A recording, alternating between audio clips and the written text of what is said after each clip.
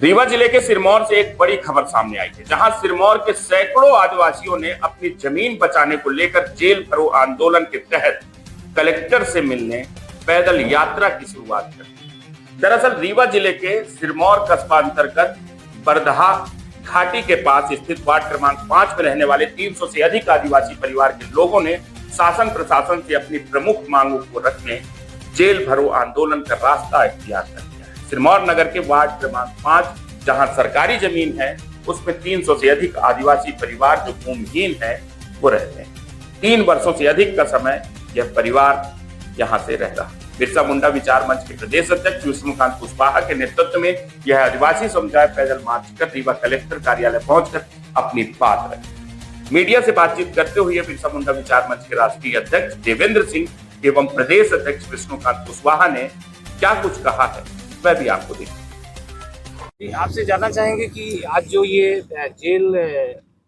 चलो आंदोलन जो आपने दिया है नारा, और काफी संख्या में आप आदिवासियों को लेकर निकले हैं, कहाँ तक सफर तय करेंगे? देखिए, हम लोग अपने घर से निकले हैं। जिस बस्ती की लड़ाई आज 3 साल से चल रही है, 17 एकड़ 80 डिसमिल भूमि है। तहसीलदार बिना सूचना के वहां पहुंचे और बोले कि आपका अधिकार सरकारी जमीन में भी रहने का नहीं है।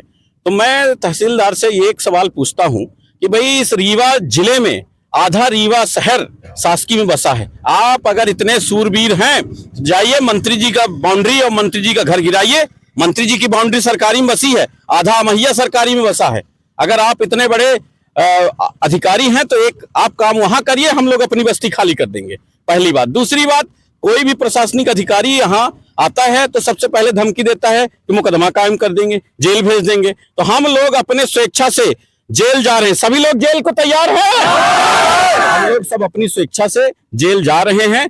और यहाँ से जो प्रशासनिक अधिकारी इस सिरमौर विधानसभा में जितने भी भ्रष्ट, जो काम करना नहीं जानते, जिनको कुछ नहीं आता, आदेश कोई लिख रहा है, दस्तखत कोई कर रहा है, सील कोई लगा रहा है। यहाँ पहले एसडीएम थे, वो बोलते थे कि भाई पैसा हो जेब में तो सीढ़ी चढ़ना।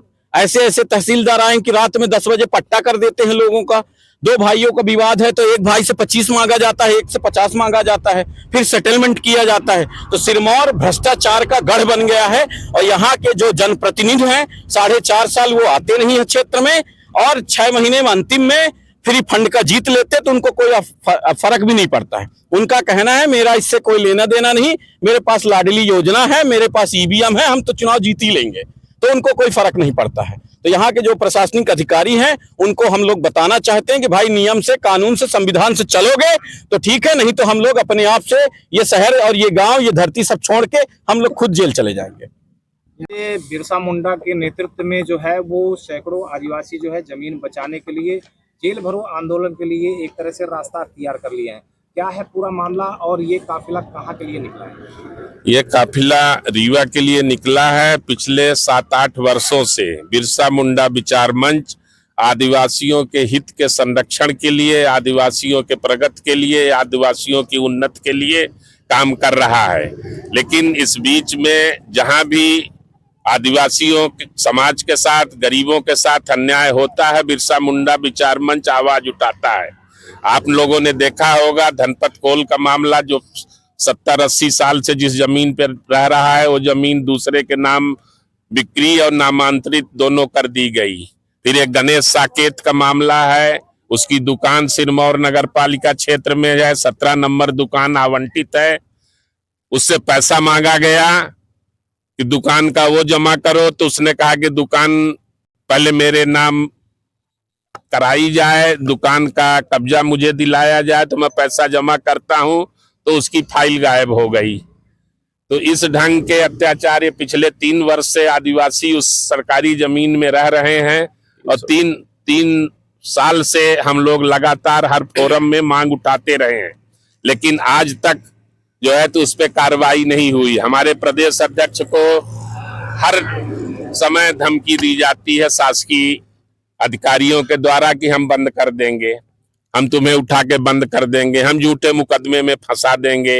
अभी एक जबलपुर में चोरी हुई थी, उस प्रकरण में भी हमारे प्रदेश अध्यक्ष को फंसाया गया था। बड़ी मुश्किल से जो है तो उससे इनको निजात मिली है। तो रोज रोज का ये टंटा टूटे, इसलिए हम ही ने कहा कि जब जेल बंद करना चाहते हैं तो जेल सब लोग चलो बंद हो जाओ। जेल ही डालना चाहती है अगर सरकार, कि गरीबों के खिलाफ आवाज उठाना गलत है क्या? आप लोग बताइए, गरीबों के हित में आवाज उठाना गलत है?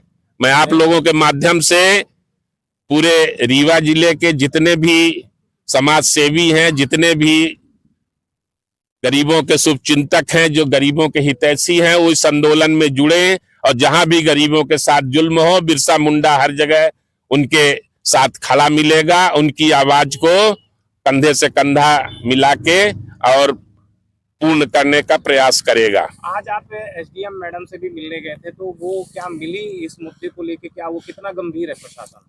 प्रशासन जो है तो गंभीर होता तो प्रशासन को पता था कि आज ये जत्था जो है तो रीवा के लिए रवाना होगा। तो जब एसडीएम कार्यालय में 1.5 घंटे जुलूस खड़ा रहा तो वहाँ कोई पूछने नहीं आया। एसडीएम मैडम का तर्क है कि आज मेरी सिमरिया ड्यूटी है, वहाँ सर्वविदित है कि सबको मालूम है मेरा नंबर, बात कर सकते थे कोई। तो अब हम लोगों को ये उचित नहीं लगा कि वहाँ जिनको लेके रीवा तक जाना है उनको लेके वहाँ खड़े रहें, इसलिए जो है तो रवाना हुए हैं। और आगे एसडीएम मैडम का संदेश आ रहा है कि आगे मुलाकात करेंगे, जहां मुलाकात होगी तो मुलाकात की जाएगी, अपनी बात रखी जाएगी। लेकिन उनको सब प्रकरण पता है, प्रशासनिक अधिकारियों को हर प्रकरण पता है, ये मामले पता हैं।